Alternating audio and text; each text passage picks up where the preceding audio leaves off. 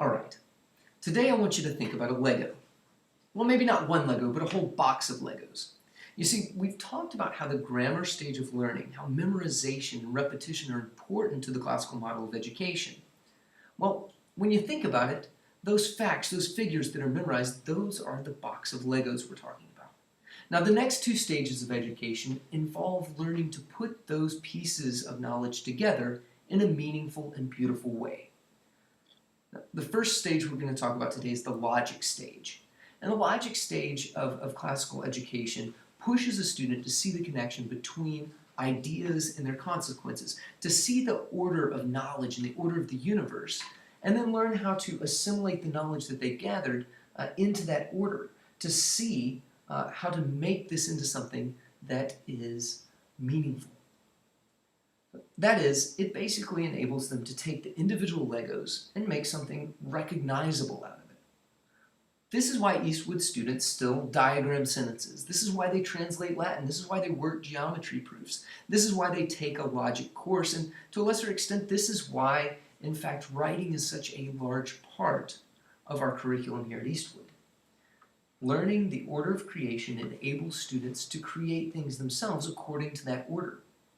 Much like the instructions in a box of Legos can help us to make something fun and recognizable from what seem to be disconnected pieces of plastic.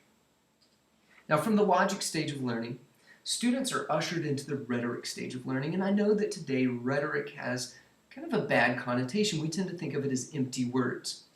But in its true sense, rhetoric is really the ability to take these well-ordered arguments and then present them in a beautiful way.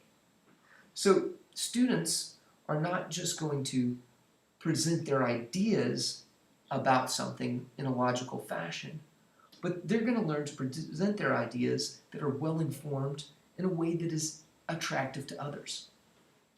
And really, this stage of learning is fun. It's fun to get to see kids put the things together and do this. And I think for that reason, a lot of modern educators actually skip to this stage first. Without giving students the tools and the knowledge necessary to create, they ask students to create. You see, many modern educators feel like these tools and these instructions are going to stifle the pure creativity of the student.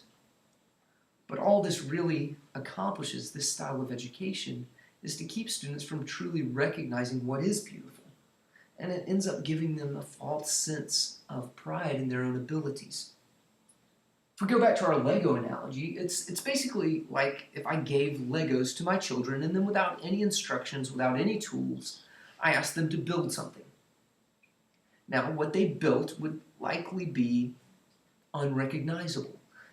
It wouldn't be something that had much meaning.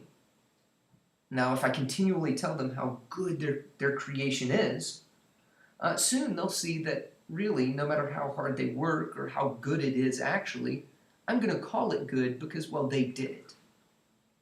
And if I never give them tools, if I never give them instruction, if I never challenge them to do something difficult, eventually they're going to spend less time on their work, and quite frankly, in the end, they're going to become bored with the entire venture. That is not what we want to do as we educate students here at Eastwood.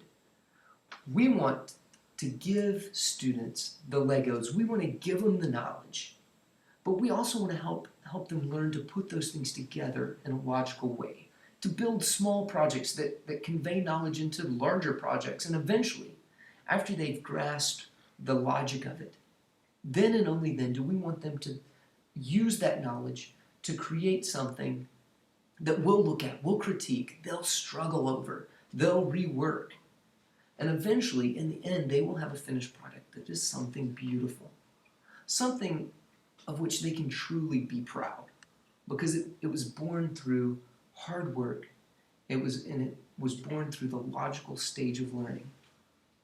And that's really what grammar, logic, and rhetoric do in the classical education model. And that's what we focus on here at Eastwood. These are foundational to every subject. And that is one of our classical distinctives here. Thank you. Have a wonderful Thursday.